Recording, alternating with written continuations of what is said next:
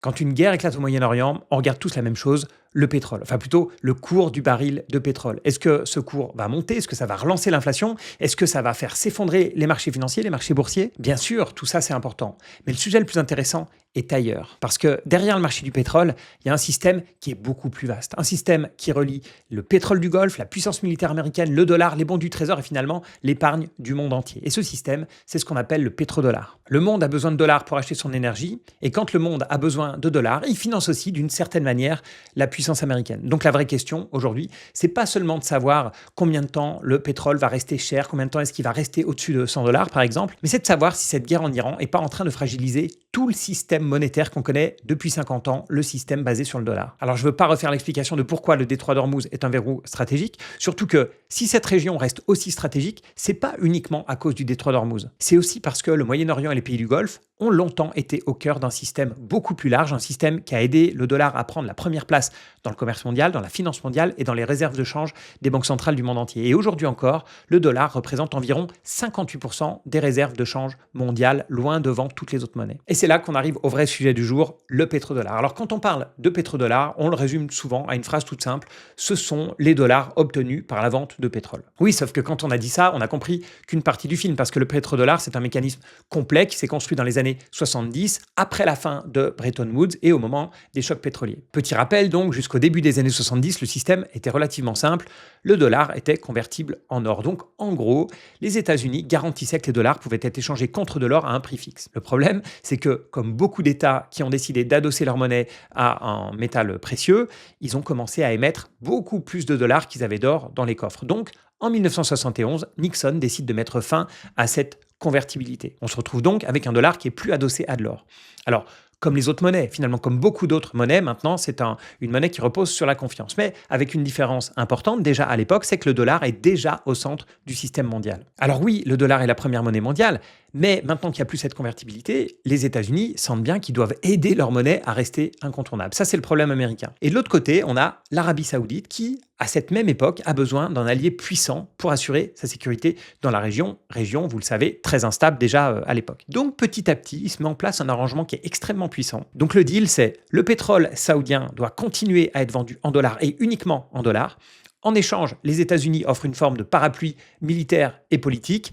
Et le deal, toujours un petit peu informel, mais qui est quand même très clair, c'est que les excédents qui ont été générés sur le pétrole et donc en dollars doivent être ensuite réinvestis aux États-Unis, notamment dans les bons du Trésor américain. Mais ce qui est intéressant, et c'est là où les États-Unis ont été très malins, c'est qu'au départ, ils ont uniquement un deal avec l'Arabie Saoudite. Mais ça ne s'est pas du tout arrêté à l'Arabie Saoudite, parce que l'Arabie Saoudite, à l'époque, c'est de loin le plus gros producteur mondial. C'est lui qui a donc décidé de fixer ses prix en dollars.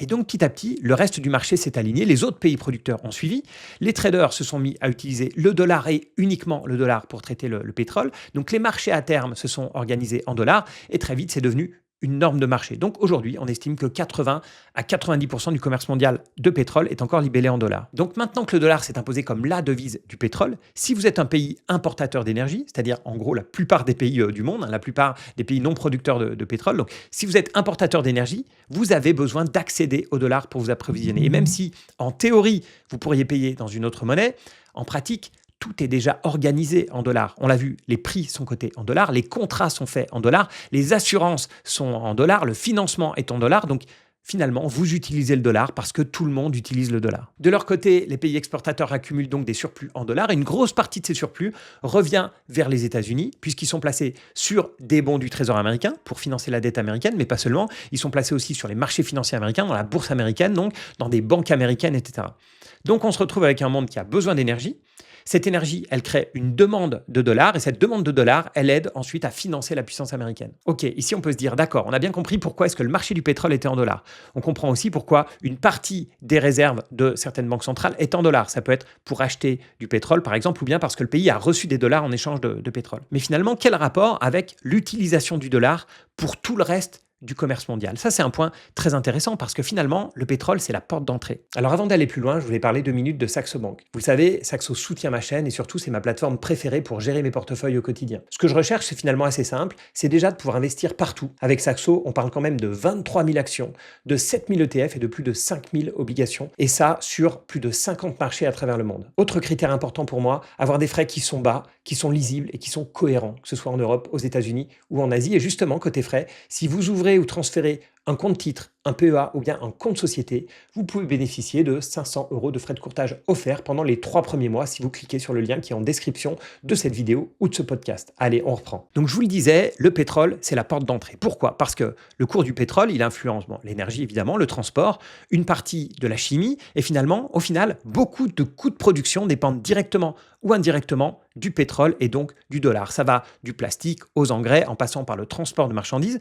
Et en plus, la plupart des autres grandes matières premières mondiales sont cotées en dollars, comme les métaux, etc. Donc pour un industriel, une partie importante des coûts est déjà en dollars. En gros, il y a effectivement les salariés qui sont payés dans la devise locale, mais la plupart des matières premières sont en dollars. Donc si vos coûts sont en dollars, mais que vous vendez dans une autre monnaie, vous prenez un risque de change. Donc, dans beaucoup de cas, le plus simple pour quelqu'un qui vend à l'international, ça reste de vendre aussi en dollars. Donc Airbus vend ses avions en dollars, les machines allemandes, quand elles sont exportées hors Europe, sont vendues en dollars, etc. Vous avez compris la chaîne, elle est assez incroyable. Ça part d'un deal entre États-Unis et Arabie Saoudite, puis ça s'étend à tout le marché du pétrole, puis aux matières premières, et maintenant on se retrouve quand on fait un deal entre, je sais pas, un Français et un Vietnamien à payer en dollars. Donc maintenant qu'on a vu comment le dollar s'était imposé, on peut se dire, est-ce que ce mouvement peut commencer à s'inverser? C'est ce qu'on appelle la dédollarisation. Et c'est quelque chose qu'on observe depuis plusieurs années, même sur le marché du pétrole. Parce que je vous disais que 80 à 90% du commerce de pétrole est encore libellé en dollars, mais il faut savoir qu'on était à 98% au début des années 2000. Alors attention à ne pas conclure trop vite que c'est la fin du dollar, parce qu'un système monétaire mondial comme ça ne s'arrête pas en un jour, ça se fragilise progressivement. Et c'est là que la guerre avec l'Iran est vraiment importante, parce qu'elle menace pas seulement quelques barils de pétrole qui ont du mal à passer le détroit d'Ormuz, elle teste la logique profonde du système, et notamment la sécurité américaine dans la région, qui est, je vous le rappelle, ce qui a créé le deal avec l'Arabie Saoudite dans les années 70 de traiter tout le pétrole en dollars. Donc ce système du pétrodollar, on le voit bien, il ne s'effondre pas en un coup, mais il se fissure. Et la première fissure, elle est géographique. Parce que pendant longtemps, le schéma était très simple. On avait les pays du Golfe qui produisaient du pétrole et on avait l'Occident qui en consommait. Et tout ça s'organisait autour du dollar. Sauf qu'aujourd'hui, la carte a changé. En 2025, presque 90% des volumes exportés via Hormuz étaient destinés au marché asiatique.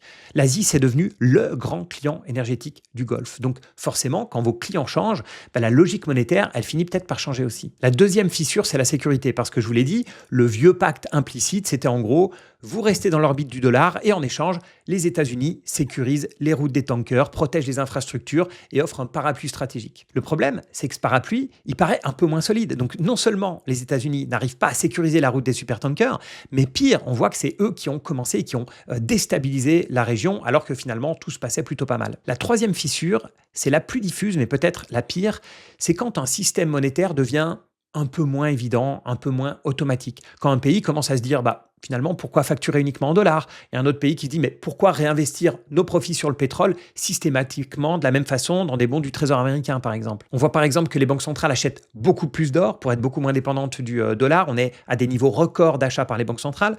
On voit aussi que certains grands exportateurs, comme l'Arabie Saoudite, justement, réinvestissent de plus en plus dans leur propre économie via des fonds souverains. On voit que la part du dollar dans les réserves mondiales est passée d'environ 70% au début des années 2000 à 58% aujourd'hui.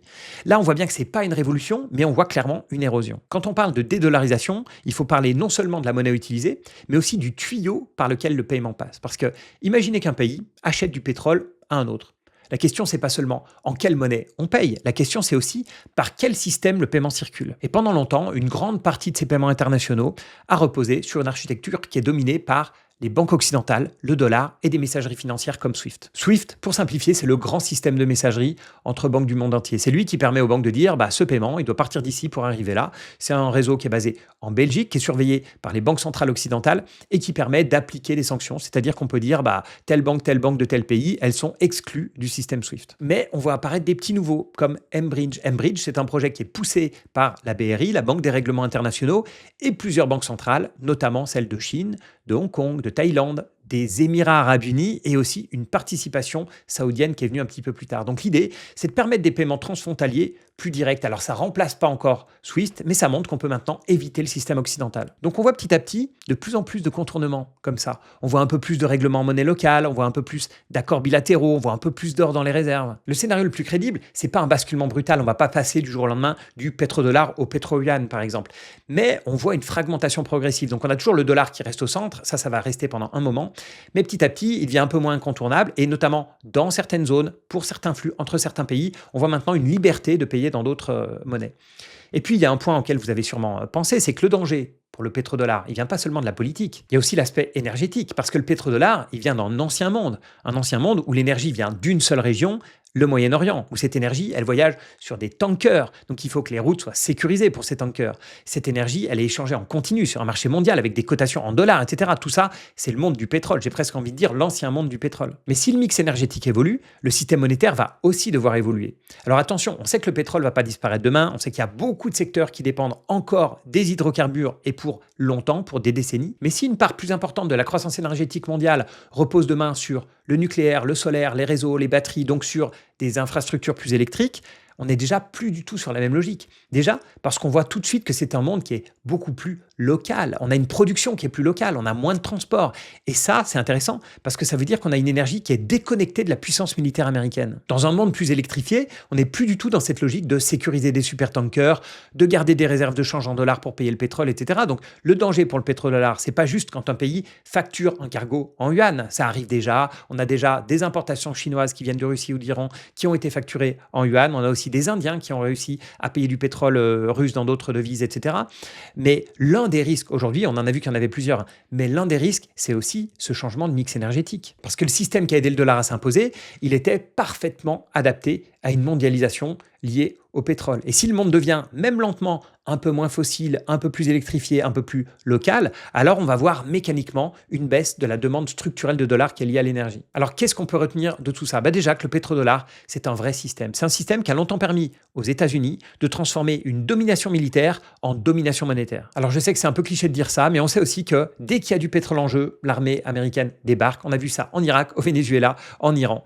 Ce qu'on voit moins, ou ce qui est en tout cas un peu moins intuitif, c'est que comme le pétrodollar, c'est l'une des raisons de la domination mondiale du dollar, moins de pétrole veut dire aussi moins de dollars. Alors je le répète, mais ce système n'est pas en train de s'effondrer. C'est pas un effondrement du jour au lendemain. En tout cas, ce qu'on voit, c'est un centre de gravité qui est en train de bouger. On voit que le Golfe vend de plus en plus de pétrole à l'Asie. On voit que le parapluie sécuritaire américain, il est beaucoup plus fragile qu'avant. Et on voit que certains pays commencent à chercher des moyens de se payer entre eux sans passer systématiquement par le dollar. Et finalement, on en revient un peu toujours au même sujet quand on parle du dollar. C'est que les États-Unis ont bénéficié d'un privilège hallucinant, celui de pouvoir émettre la monnaie que le reste du monde devait utiliser. Et grâce à ça, ils peuvent s'endetter dans cette monnaie et voir ensuite une partie de cette épargne revenir vers eux, revenir au travers de leur marché, de leur dette et de leur système financier. Alors si cette mécanique, elle s'arrête ou si elle est ralentie, ça peut quand même être dangereux, et notamment pour le financement des déficits américains, parce qu'on sait que les Américains, ils préfèrent consommer qu'épargner. Donc les Américains ont besoin de l'épargne du monde entier pour leur acheter leur dette. Ça peut être dangereux aussi pour les taux d'intérêt. Du côté bourse américaine, honnêtement, je ne vois pas ça comme un danger parce qu'aujourd'hui, elle est plutôt incontournable. Ça reste la bourse qui a les entreprises les plus dynamiques du monde. Mais ce qu'on voit, c'est qu'il y a clairement de nouveaux équilibres géopolitiques qui vont se mettre en place si le rôle du dollar n'est plus le même qu'avant et si le dollar s'affaiblit. Alors, je ne vois pas les États-Unis remplacés ni par la Chine ni par l'Europe dans le rôle du grand chef d'orchestre monétaire. Le dollar va rester central, mais avec, vous l'avez compris, beaucoup moins de puissance. Pour moi, le scénario le plus crédible, et c'est ce qu'on observe finalement aujourd'hui, c'est un monde qui est beaucoup plus fragmenté et qui est organisé en blocs. Et surtout, et c'est ça que je trouve intéressant, avec des alliances qui seront beaucoup moins fixes qu'avant. C'est-à-dire qu'on n'aura pas forcément comme avant une alliance, je ne sais pas, États-Unis-Europe et puis de l'autre côté Chine-Russie. Et sur certains sujets, je pense qu'on va voir l'Europe et la Chine qui vont discuter. Sur d'autres sujets, ça va être l'Europe et les États-Unis. Sur d'autres, ça va être les États-Unis et la Chine, etc. Et ce qui me fait dire qu'on va se retrouver dans un monde qui est encore moins prévisible qu'avant et qui peut basculer, un peu comme le monde aujourd'hui de Trump, qui peut basculer à coups d'accords qui se font, qui se défont. Mais je trouve ça assez intéressant de voir ces différents blocs. Alors la Russie, c'est un bloc un petit peu spécial, mais qui crée des alliances et finalement un monde qui peut bouger assez vite et qui est beaucoup moins prévisible que l'époque où on avait cet énorme bloc occidental avec cet énorme bloc dollar avec une seule source d'énergie qui était le pétrole. On voit que tout ça est quand même beaucoup plus mouvant qu'avant. Ça m'intéresse de savoir ce que vous pensez de la situation géopolitique et notamment la situation du dollar parce que vous êtes potentiellement comme moi à investir en dollars en partie et donc vous êtes impacté par le cours de l'euro-dollar dans le futur. Donc écrivez-moi en commentaire pour vous, est-ce que le dollar va rester la première devise mondiale ou bien est-ce qu'elle est en train de s'affaiblir, mais jusqu'à quel niveau ça ira. Voilà, merci à tous. N'oubliez pas de liker, de partager si cette vidéo vous a plu et je vous dis à bientôt. Ciao.